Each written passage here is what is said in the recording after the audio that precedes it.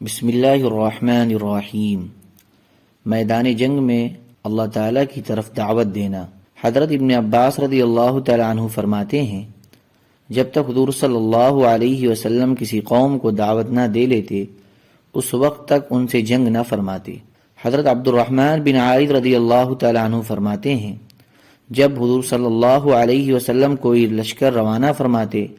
تو ان کو یہ نصیحت فرماتے کہ لوگوں سے الفت پیدا کرو، ان کو اپنے سے مانوس کرو، جب تک ان کو دعوت نہ دے لو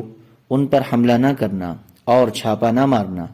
کیونکہ روئے زمین پر جتنے کچے اور پکے مکان ہیں، یعنی جتنے شہر اور دیہات ہیں، ان کے رہنے والوں کو تم اگر مسلمان بنا کر میرے پاس لے آؤ،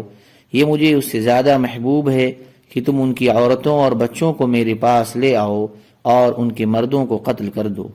حضرت بریدہ رضی اللہ تعالیٰ عنہ فرماتے ہیں کہ حضور اقدس صلی اللہ علیہ وسلم جب کسی کو کسی جماعت یا لشکر کا امیر بنا کر روانہ فرماتے تو اس کو خاص اپنی ذات کے بارے میں بھی اللہ سے ڈرنے کا حکم دیتے، اور جو مسلمان اس کے ساتھ ہیں ان کے ساتھ اچھا سلوک کرنے کا بھی حکم دیتے، اور یہ فرماتے کہ جب تمہارا مشرک دشمنوں سے سامنا ہو تو ان کو 3 باتوں میں سے ایک کی دعوت دینا، ان باتوں میں سے جو بات بھی وہ مان لیں تم اسے ان سے قبول کر لینا اور ان سے جنگ کرنے سے رک جانا۔ پہلے ان کو اسلام کی دعوت دو، اگر وہ اسے منظور کر لیں تو تم ان سے اسے قبول کر لو اور ان سے رک جاؤ، پھر تم ان کو اپنا علاقہ چھوڑ کر دار المہاجرین یعنی مدینہ منورہ کی طرف ہجرت کرنے کی دعوت دو، اور انہیں یہ بتلا دو کہ اگر وہ ایسا کریں گے تو ان کو وہ تمام منافع ملیں گے جو مہاجرین کو ملتے ہیں،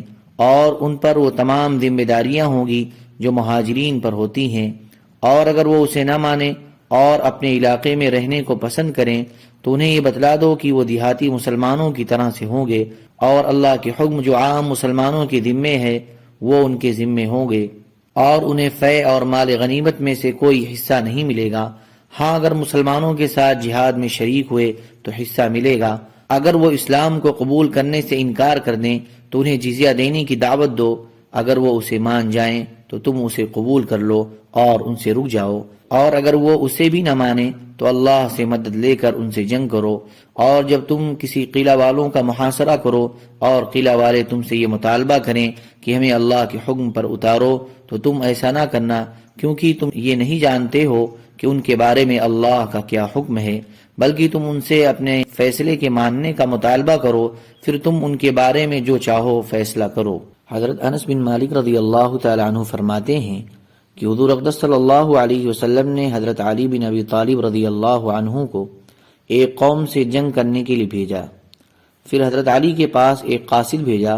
اور اس قاصد کو یہ ہدایت کی کہ حضرت علی کو پیچھے سے آواز نہ دینا، بلکہ ان کے قریب جا کر ان سے یہ کہنا کہ جب تک اس قوم والوں کو دعوت نہ دے لے ان سے جنگ نہ کریں۔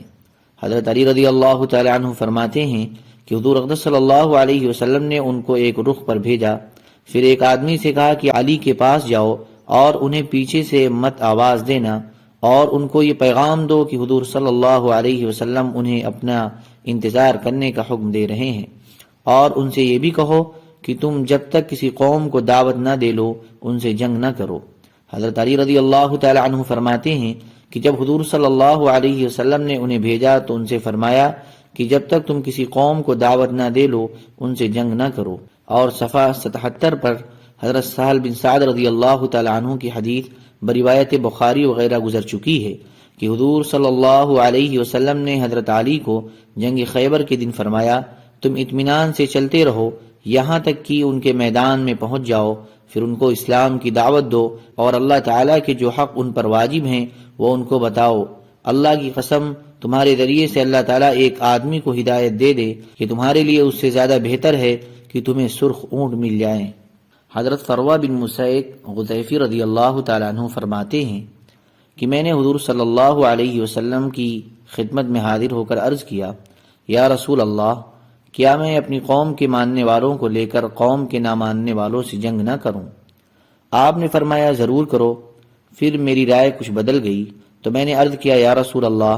میرا خیال ہے کہ میں ان سے جنگ نہ کروں، کیونکہ وہ اہل سبا ہیں، وہ بہت عزت والے اور بڑی طاقت والے ہیں، لیکن حضور صلی اللہ علیہ وسلم نے مجھے امیر بنا دیا اور سبا سے جنگ کرنے کا حکم دیا۔ جب میں آپ کے پاس سے چلا گیا تو اللہ تعالیٰ نے سبا کے بارے میں قرآن پاک کی آیات نازل فرمائی، تو حضور صلی اللہ علیہ وسلم نے فرمایا کہ غطیفی کا کیا ہوا؟ آپ نے مجھے بلانے کے لیے میرے گھر ایک آدمی کو بھیجا۔ جب وہ آدمی میرے گھر پہنچا تو میں گھر سے روانہ ہو چکا تھا۔ اس نے مجھے راستے سے واپس ہونے کو کہا، چنانچہ میں واپس حضور صلی اللہ علیہ وسلم کی خدمت میں آیا۔ آپ بیٹھے ہوئے تھے اور آپ کے ارد گرد صحابہ بھی بیٹھے ہوئے تھے۔ آپ نے مجھ سے فرمایا، قوم کو دعوت دو، ان میں سے جو مان جائیں اسے قبول کر لو، اور جو نہ مانے اس کے بارے میں جب تک مجھے خبر نہ ہو جائے جلدی نہ کرنا۔ لوگوں میں سے ایک آدمی نے کہا، یا رسول اللہ، سبا کیا چیز ہے؟ کوئی جگہ ہے یا عورت ہے؟ آپ نے فرمایا، سبا تو عرب کا ایک مرد تھا جس کے 10 بیٹے ہوئے، ان میں سے 6 یمن میں آباد ہوئے اور 4 شام میں۔ جو شام میں آباد ہوئے ان کے نام لخم اور جذام اور غسان اور عاملہ ہیں، اور یمن میں آباد ہونے والوں کے نام ازد اور کندہ اور حمیر اور اشعریون اور انمار اور مدحج ہیں۔ اس آدمی نے پوچھا، یا رسول اللہ، انمار کون ہیں؟ آپ نے فرمایا، انمار وہ ہیں جن میں خثام اور بجیلہ قبیلہ کے لوگ ہیں۔ حضرت فروہ رضی اللہ تعالیٰ عنہ فرماتے ہیں کہ میں حضور صلی اللہ علیہ وسلم کی خدمت میں حاضر ہوا اور عرض کیا، یا رسول اللہ، کیا میں قوم کے ماننے والوں کو لے کر نہ ماننے والوں سے جنگ کروں؟ آپ نے فرمایا، ہاں، اپنی قوم کے ماننے والوں کو لے کر نہ ماننے والوں سے جنگ کرو۔ جب میں واپس مڑا تو آپ نے مجھے بلایا اور فرمایا کہ جب تک تم ان کو اسلام کی دعوت نہ دے لو ان سے جنگ نہ کرنا۔ میں نے پوچھا، یا رسول اللہ، سبا کیا چیز ہے؟ کیا وہ کوئی وادی ہے یا کوئی پہاڑ ہے یا اور کوئی چیز ہے؟ آپ نے فرمایا، نہیں، سبا تو عرب کا ایک آدمی تھا جس کے 10 بیٹے ہوئے۔ آگے حدیث اور بھی ہے۔ حضرت خالد بن سعید رضی اللہ تعالیٰ عنہ فرماتے ہیں کہ حضور صلی اللہ علیہ وسلم نے مجھے یمن بھیجا اور فرمایا کہ عرب کے جس قبیلے پر تمہارا گزر ہو اور تمہیں اس قبیلے سے اذان کی آواز سنائی دے تو تم ان سے چھیڑ چھاڑ نہ کرنا، اور جس قبیلے سے تمہیں اذان کی آواز نہ سنائی دے ان کو اسلام کی دعوت دینا۔ حضرت ابی بن کعب رضی اللہ تعالیٰ عنہ فرماتے ہیں کہ لات اور عزا بتوں کے پاس رہنے والوں میں سے کچھ لوگ قیدی بنا کر حضور صلی اللہ علیہ وسلم کی خدمت میں لائے گئے۔ فرماتے ہیں کہ حضور صلی اللہ علیہ وسلم نے لانے والوں سے پوچھا، کیا تم نے ان کو اسلام کی دعوت دی تھی؟ انہوں نے عرض کیا، جی نہیں۔ آپ نے ان قیدیوں سے پوچھا، کیا انہوں نے تمہیں اسلام کی دعوت دی تھی؟ انہوں نے کہا، نہیں۔ آپ نے فرمایا، ان کا راستہ چھوڑ دو یہاں تک کہ یہ اپنی امن کی جگہ میں پہنچ جائیں۔ پھر آپ نے یہ 2 آیتیں تلاوت فرمائی، إِنَّا أَرْسَلْنَاكَ شَاهِدًا وَمُبَشِّرًا وَنَذِيرًا وَدَاعِيًا إِلَى اللَّهِ بِإِذْنِهِ وَسِرَاجًا مُنِيرًا۔ ہم نے تجھ کو بھیجا بتانے والا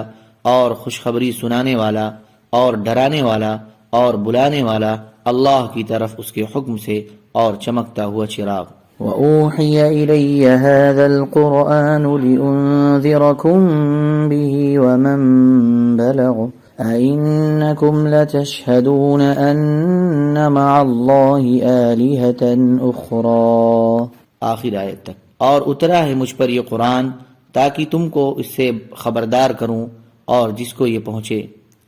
کیا تم گواہی دیتے ہو کہ اللہ کے ساتھ معبود اور بھی ہیں؟ حضور صلی اللہ علیہ وسلم نے لات و عزا کے پاس رہنے والوں کی طرف ایک لشکر بھیجا جنہوں نے عرب کے قبیلے پر رات کو اچانک حملہ کیا اور ان کے تمام لڑنے والوں کو اور ان کے بال بچوں کو قید کر لیا، اور حضور صلی اللہ علیہ وسلم کی خدمت میں لے کر آئے۔ ان قیدیوں نے حضور صلی اللہ علیہ وسلم سے کہا، انہوں نے دعوت دیے بغیر ہم پر حملہ کیا ہے۔ حضور صلی اللہ علیہ وسلم نے لشکر والوں سے پوچھا، انہوں نے قیدیوں کی بات کی تصدیق کی۔ آپ نے فرمایا، ان کو ان کی امن کی جگہ میں واپس پہنچاؤ، پھر ان کو دعوت دو۔ سبحان ربک رب العزة عما یصفون وسلام علی المرسلین والحمد للہ رب العالمین۔